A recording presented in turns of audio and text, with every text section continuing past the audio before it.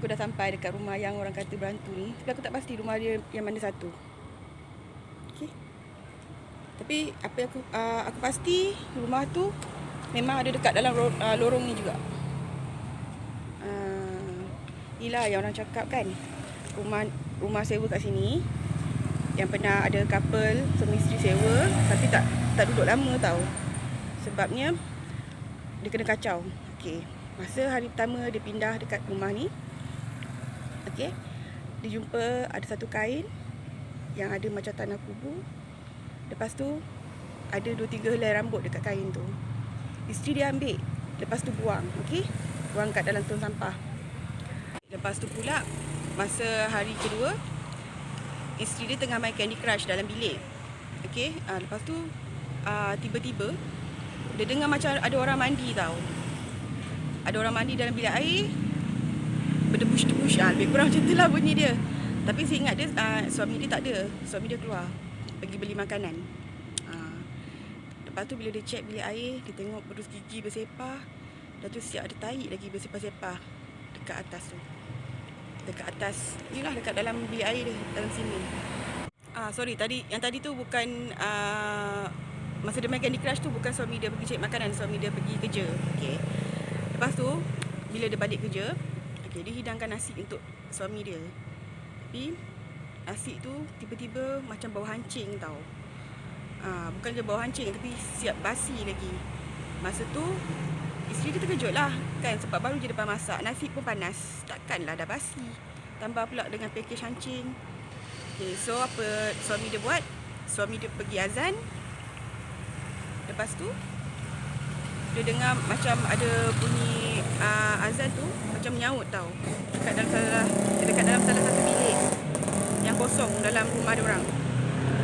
Okay, bila suami dia tendang buka pintu bilik tu, memang tak ada orang, buka lampu tak ada orang, tapi diorang tercium bau hanyir tau, macam bau bangkai yang kuat sangat. Okey, lepas kejadian dalam malam tu juga, suami dia call owner tau, bagi tahu benda yang terjadi dekat dalam rumah. Lepas tu owner tu cakap dia tak nak masuk campur hal-hal peribadi yang melibatkan penyewa. Tak tahulah kan. Okey, so malam tu suami dia tidur, suami isteri tu tidur macam biasalah, pasang buka CD, buka ayat-ayat ruqyah, ayat-ayat Quran je tu kan sambil tidur. Lepas tu tiba-tiba dia terdengar macam bunyi ada orang ketuk pintu tau, bertalu-talu dekat pintu belakang dapur. Esok sekejap, aku salah. Aku rasa okey, dia dengar bunyi orang ketuk pintu bertalu-talu dulu. Lepas tu baru suami dia pergi buka ayat-ayat ruqyah, ayat-ayat suci Al-Quran. Okey. Lepas tu besok pagi bila diorang bangun tidur, dah tengok ada banyak lebam-lebam tau dekat badan diorang. Isteri dia dah takut, cakap dengan suami dia kan, dia dah takut. Tapi suami dia pujuk, janganlah takut. Kalau takut benda tu lagi suka kan. So sepanjang isteri dia duduk rumah, memang tak ada apa-apa yang berlaku lah. Sampailah petang tu, bila suami dia balik kerja.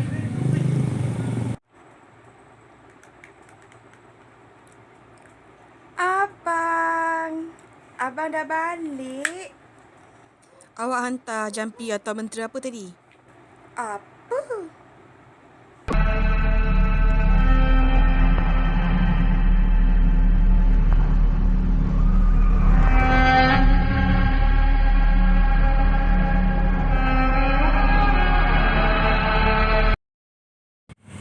Isteri dia pun cakap bukan dia yang hantar WhatsApp tu. Okay, so laki dia pun diam je lah. Laki dia pun fahamkan benda tu macam gangguan daripada benda tu. Okay, so malam tu diorang makan macam biasa. Okay, lepas makan semua, diorang macam biasalah buka ayat-ayat Al-Quran kan. Tiba-tiba dia terdengar suami dia menjerit. Rupa-rupanya kali ni benda ni lagi main kasar tau. Siap main bakar-bakar lagi.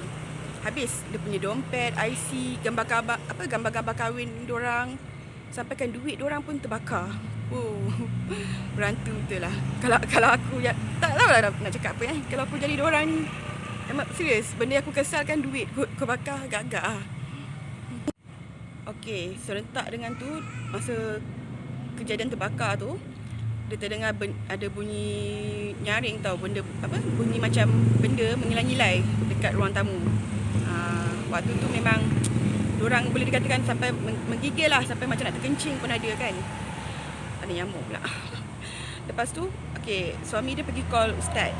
Bila call ustaz tu ada kat Pahang. Korang tahu tak apa benda tu cakap? Dekat Pahang ye.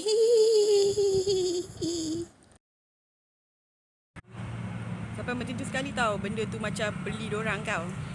Okay. So ustaz tu dah dengar tau. Ustaz tu macam perlahan-lahan lah ada baca apa-apa ayat apa semua tu. Okay, rasanya lepas tu sepanjang malam dorang pun macam tenang lah. Okay, tak ada apa-apa gangguan. Okay, besoknya pula masa dia pagi tu rasanya suami cuti kot. Okay, dia ikut suami dia pergi beli nasi lemak di sarapan pagi. Bila balik-balik rumah, diorang masuk, diorang tengok ada 2 ekor burung gagak tau dalam rumah tu terbang. Bukan setakat terbang dalam rumah je, siap ada tahi lagi. Sampai diorang nak makan pun macam dah tak selera. Okay, lepas tu dia pun dah bising lah. Dia cakap dengan suami dia, tolonglah cari rumah lain kan. Yelah, kalau korang lah dekat tempat isteri dia, boleh tahan ke? Maksudnya kau yang duduk rumah tu kot, suami kau kerja. Okay, lastly, suami dia dah memang decide nak keluar daripada rumah tu. Suruh isteri dia kemas-kemas apa yang patut. Okay, sebelum keluar pada rumah, suami dia pergi tandas nak buang air. Tiba-tiba si isteri dia terdengar macam ada bunyi orang masak tau. Bising dekat dapur. Bila dia pergi dekat dapur, dia tengok ada satu makhluk rambut panjang, kusut masai. Okay lah, memang pertama kali lah kata isteri dia tengok benda yang macam tak real tau depan mata. Okay, benda tu dalam keadaan orang kata apa, posisi macam tangan dia letak kat perut macam orang tengah solat. Muka dia, bukan muka, mata dia tutup muka. Masa tu rasanya memang lutut dia dah menggigil semua. Dah tu dia tak sedar, dia pengsan. Esoknya dia sedar-sedar, dia sedar-sedar je dia ada dekat perubatan Islam.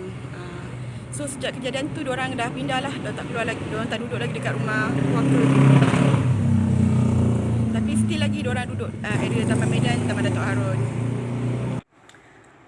Okay, kalau korang tanya aku pasal rumah tu, okay, rumah tu sebenarnya dia duduk betul-betul macam tepi jalan tau. Dia dekat area macam dekat-dekat dengan Pasar Borong Matahari.